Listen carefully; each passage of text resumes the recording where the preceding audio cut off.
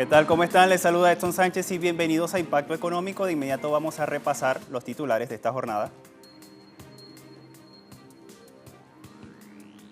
En noticias de nuestra América Latina, el presidente electo de Argentina, Alberto Fernández, insta a su equipo de trabajo a elaborar un plan de empleo y para este mismo viernes dará a conocer su gabinete ministerial. En contexto, ampliamos datos emitidos a través del informe anual de Credit Suisse sobre la riqueza mundial.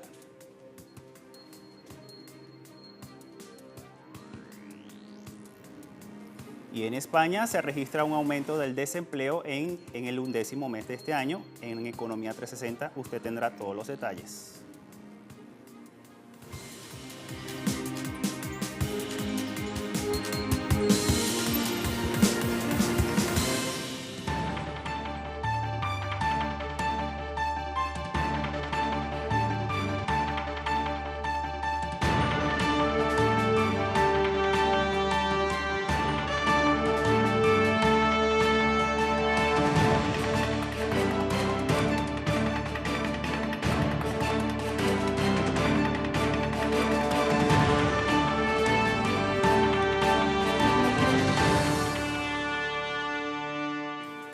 El presidente electo de Argentina, Alberto Fernández, anunció que el viernes dará a conocer los nombres de las personas que integrarán el gabinete de su gobierno. Fernández arrancará el periodo presidencial el próximo 10 de diciembre, cargo que desempeñará por 4 años. Los nombres de los funcionarios se conocerán desde las 18 horas de Argentina y de acuerdo con el mandatario electo ya están definidos los cargos al ser consultado sobre el rol de la futura vicepresidenta Cristina Fernández en el armado de su gabinete. El mandatario electo respondió que valora su opinión y no llenó de nombres propios la lista. La vicepresidenta pidió a Carlos Caserio quedarse en el Senado y la solicitud fue aceptada por el funcionario.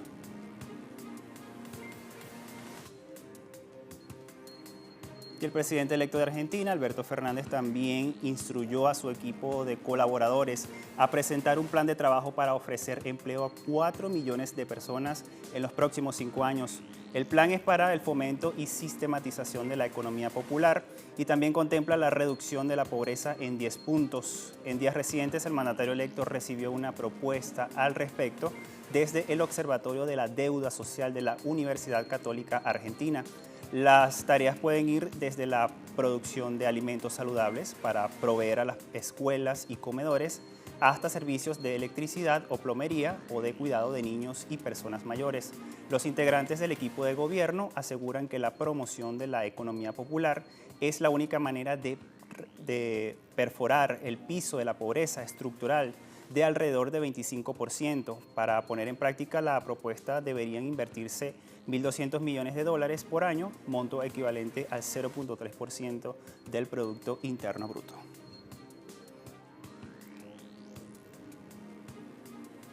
Y hay datos revelados por el Instituto Uruguayo 21 que muestran que en los primeros 11 meses del presente año, las exportaciones de carne bovina y de soja impulsaron la economía del país. Pero ¿cómo se logra todo esto durante este tiempo? Usted tiene los detalles a continuación.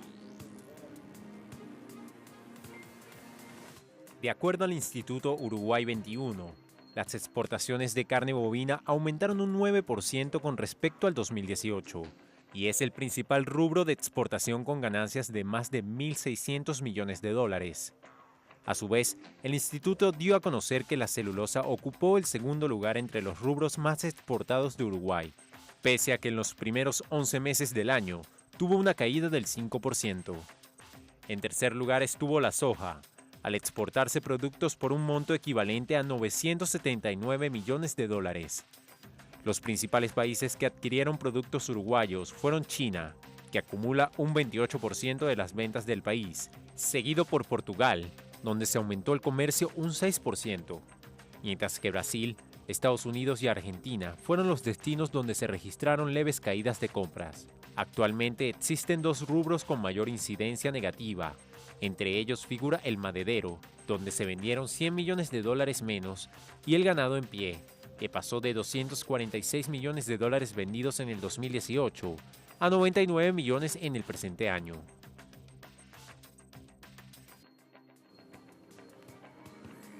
El comercio al detalle en Puerto Rico registra tímidas ventas en el inicio de esta temporada navideña.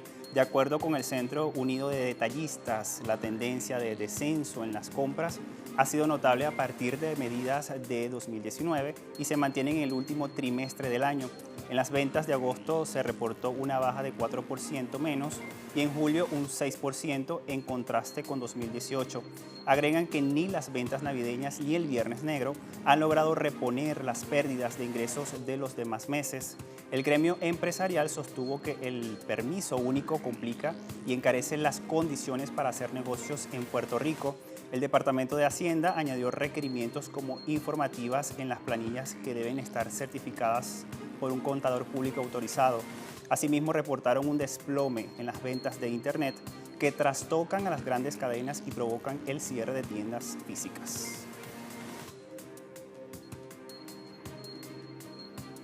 Y en Colombia, el Departamento Nacional de Estadísticas informó que en octubre de este año, el valor de las exportaciones cayó un 11.9%, esto debido a menores precios que reportaron el petróleo y el carbón. La entidad señala que las exportaciones totalizaron 3.319.5 millones de dólares, cifra que muestra una caída en comparación con octubre del 2018, cuando se registraron 3.768.6 millones de dólares. Las bajas en el mes de octubre se dan por las caídas en las exportaciones de petróleo en un 18.7% a 1.258.7 millones de dólares, mientras que el carbón pasó de 38% a 447 millones de dólares. Las exportaciones colombianas en los primeros 10 meses de 2019 acumularon una baja total de 5.5% por un valor de 33.209 millones de dólares. Las débiles exportaciones son el causante del déficit corriente, que es calificado como uno de los más altos de la región.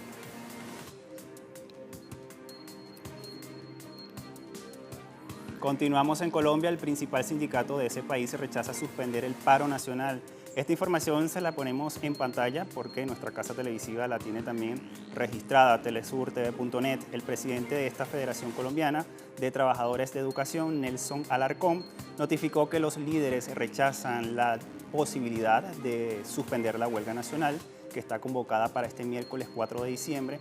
Esto en rechazo a las doctrinas políticas, económicas y sociales que pretende implementar el presidente Iván Duque. El gremio confirmó su asistencia al llamado del gobierno que hizo para iniciar el proceso de negociación basado en el pliego de peticiones que entregaron la semana pasada, pero de igual manera se mantiene la convocatoria para la gran movilización. A su vez, varias delegaciones se siguen sumando a este paro. Una de ellas es Jennifer Pedraza, representante estudiantil, quien reiteró que la huelga no tiene reversa, mientras que encargados indígenas en Bogotá se preparan para sumarse también a esta movilización y hicieron su llamado para que todos salgan a la calle por sus derechos.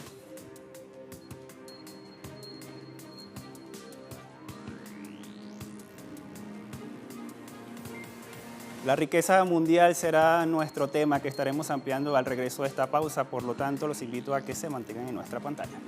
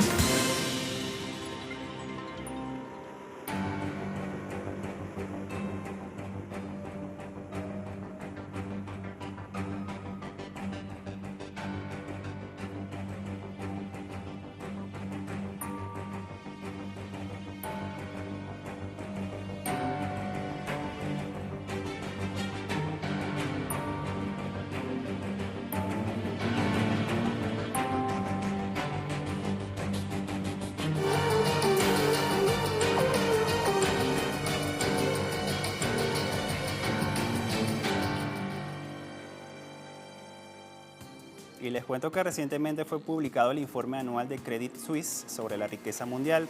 El documento ofrece un análisis explicativo en relación al nivel de la riqueza global y el índice de desigualdad. Al respecto, el economista británico Michael Roberts hizo un artículo, o lo escribió, y allí destacó los puntos más resaltantes de este estudio. Aquí queremos compartir parte de ellos. De acuerdo al Credit Suisse, la riqueza mundial en 2018 subió 2,6% hasta los 360 billones de dólares y la riqueza por adultos alcanzó un nuevo récord de 70.850 dólares, quedando Suiza a la cabeza sobre el último índice. Asimismo, Estados Unidos, China y Europa fueron las regiones que más contribuyeron al crecimiento de la riqueza mundial con 3,8 billones, 1,9 billones y 1,1 billones de dólares respectivamente. Se agrega que la mitad inferior de adultos en el mundo, es decir, el sector con escasos recursos, representó menos del 1% de la riqueza global total a mediados de 2019, mientras el 10% de los adultos posee 82% de la riqueza mundial. Asimismo, el percentil superior, es decir, el 1% de los adultos, controla el 45% de los activos por hogar. Los autores del informe, James Davis, Rodrigo Luberas y Anthony Shorrocks, señalan que los avances de los mercados emergentes redujeron las brechas entre países. Sin embargo, la desigualdad de riquezas creció a medida que las economías se recuperaron después de la crisis financiera mundial. Esto dejó como resultado que el 1% superior de los poseedores de riquezas aumentaran su participación en la riqueza mundial. El informe analiza la riqueza de los hogares de 5.100 millones de personas en todo el mundo, compuesta por activos financieros, acciones, bonos, efectivo, fondo de pensiones y propiedades. Este informe anual de Credit Suisse también señala que la desigualdad de la riqueza personal se puede medir a través de una pirámide donde la mayoría de la población mundial se encuentra en el segmento base. Los autores del informe señalan que la pirámide de la riqueza captura las diferencias de riquezas entre los adultos a mediados de este año. En ese sentido, en el segmento base de la pirámide se encuentran aquellos adultos que poseen una riqueza inferior a $10.000, que totalizan el 57% de la población de adultos a nivel mundial. Le siguen aquellos con riquezas entre $10.000 y $100.000, quienes han experimentado el mayor aumento en ese siglo, triplicando su tamaño, de 514 millones en 2000 a 1,7 mil millones a mediados de 2019. Asimismo, en el siguiente escalón de la pirámide están aquellos con riqueza superior a $100.000, que son miembros de 10% de la población global. Y en el último escalón de la pirámide está el 1% de los adultos del mundo con riquezas superiores a $936.430. Sin embargo, la desigualdad se ensancha en la parte superior de la pirámide. En ese contexto, hay 46,8 millones de millonarios en el mundo a mediados de 2019. De esta cantidad, 41,1 millones, o el 88% de los millonarios, tienen una riqueza entre 1 millón y 5 millones de dólares, mientras que otros 3,7 millones de adultos poseen entre 5 millones y 10 millones de dólares, y casi 2 millones de adultos tienen una riqueza superior a 10 millones de dólares. De estos, 1,8 millones tienen activos por valor de 10 a 50 millones de dólares, dejando a un poco más de 168,000 individuos con un patrimonio neto superior a 50 millones de dólares en el primer semestre de este año. Los autores del informe agregan que son la élite gobernante del mundo. Este mismo informe hizo mención al número de personas con grandes patrimonios por países. Estados Unidos, por ejemplo, ocupó el primer lugar con 18,6 millones de personas millonarias, equivalente al 40% del total mundial. Durante años, Japón ocupó el segundo lugar en el ranking de millonarios, pero ahora está en el tercer lugar con 6%, superado por China, que llegó al 10%. La lista la continúa Reino Unido y Alemania con 5% cada uno, Francia 4%, Italia, Canadá y Australia 3%. Asimismo, los activos financieros sufrieron más durante la crisis financiera de 2008-2009, pero luego se recuperaron en los primeros años posteriores a la crisis. Hasta 2019 su valor aumentó en todas las regiones, contribuyendo con 39% del aumento de la riqueza bruta en todo el mundo y el 71% del aumento en América del Norte.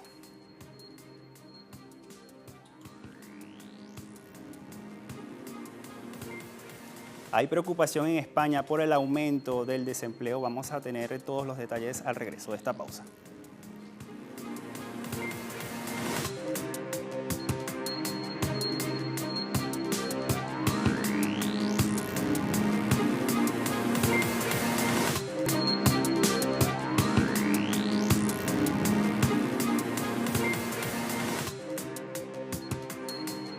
En España se registra un aumento del desempleo en el 11º mes del año. Datos difundidos por el Ministerio de Trabajo, Migraciones y Seguridad Social de España revelan que el número de personas desempleadas registradas en oficinas de los servicios públicos de empleo aumentó en el mes de noviembre en 20.525 personas. En dicho monto significa un incremento de 0.6% más, su mayor alza en este mes desde el año 2016. Con el repunte de noviembre, el número total de desocupados en España se sitúa en 3.198.184 personas. Es el más bajo en ese mes desde 2008. Por sectores, la desocupación trepó con más fuerza en los servicios y en la construcción.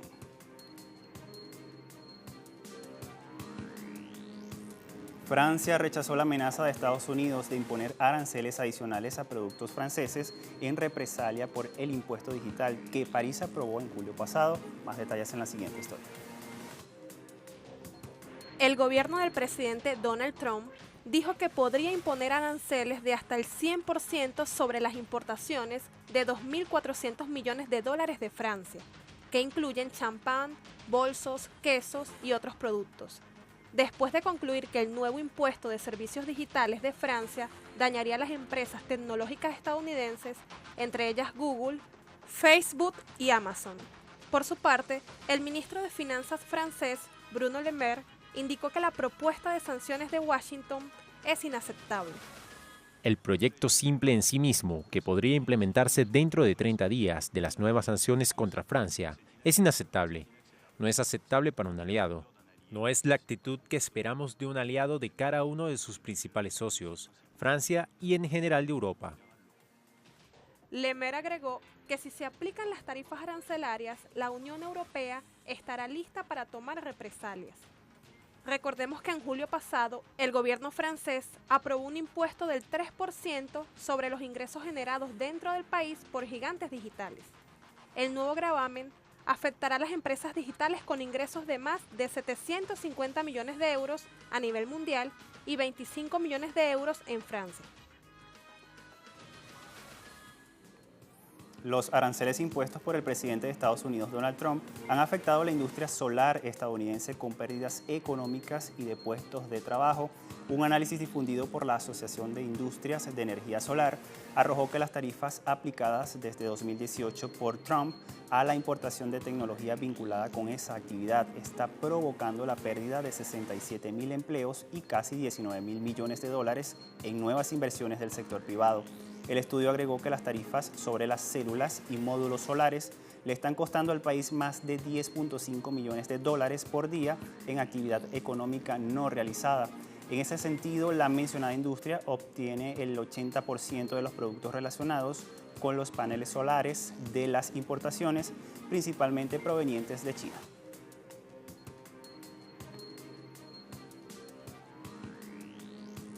Vietnam registró un superávit comercial hasta el 11º mes de este año.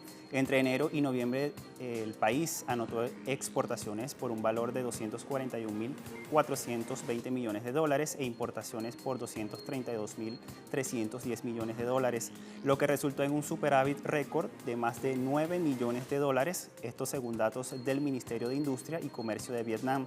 Asimismo, este país planea cerrar este año con facturaciones al exterior por 263.000 millones de dólares o hasta más, lo que marcaría una cuota inédita en ese apartado y dejaría un superávit también récord por encima de los 6.830 millones registrados en 2018.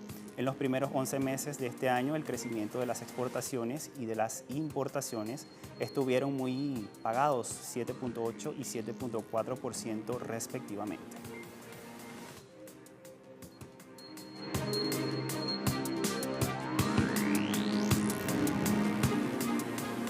Rusia cumple el pacto de recorte petrolero con la OPEP en más de 85% en noviembre.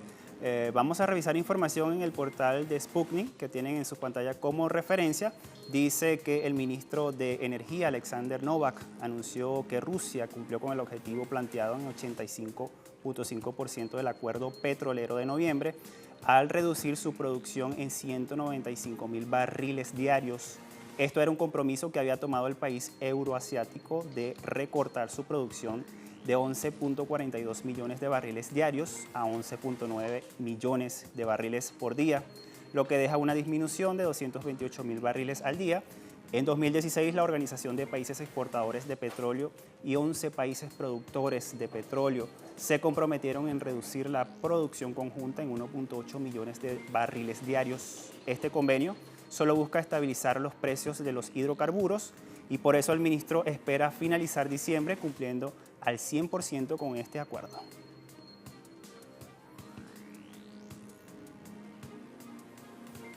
Revisamos de inmediato los indicadores petroleros al cierre de la jornada de este martes. El barril de petróleo intermedio de Texas WTI marcó 56.4 dólares el barril y perdió 0.36%. El Brent de referencia en Europa se ubicó en 60.58 dólares el barril y bajó 0.4%. Crudo venezolano se ubica en 362.94 con un aumento de 10.04 yuanes al cierre de la semana pasada. Con estos indicadores llegamos al final de esta emisión de Impacto Económico. Recuerde visitar nuestras redes sociales. A todos muchas gracias. Hasta la próxima.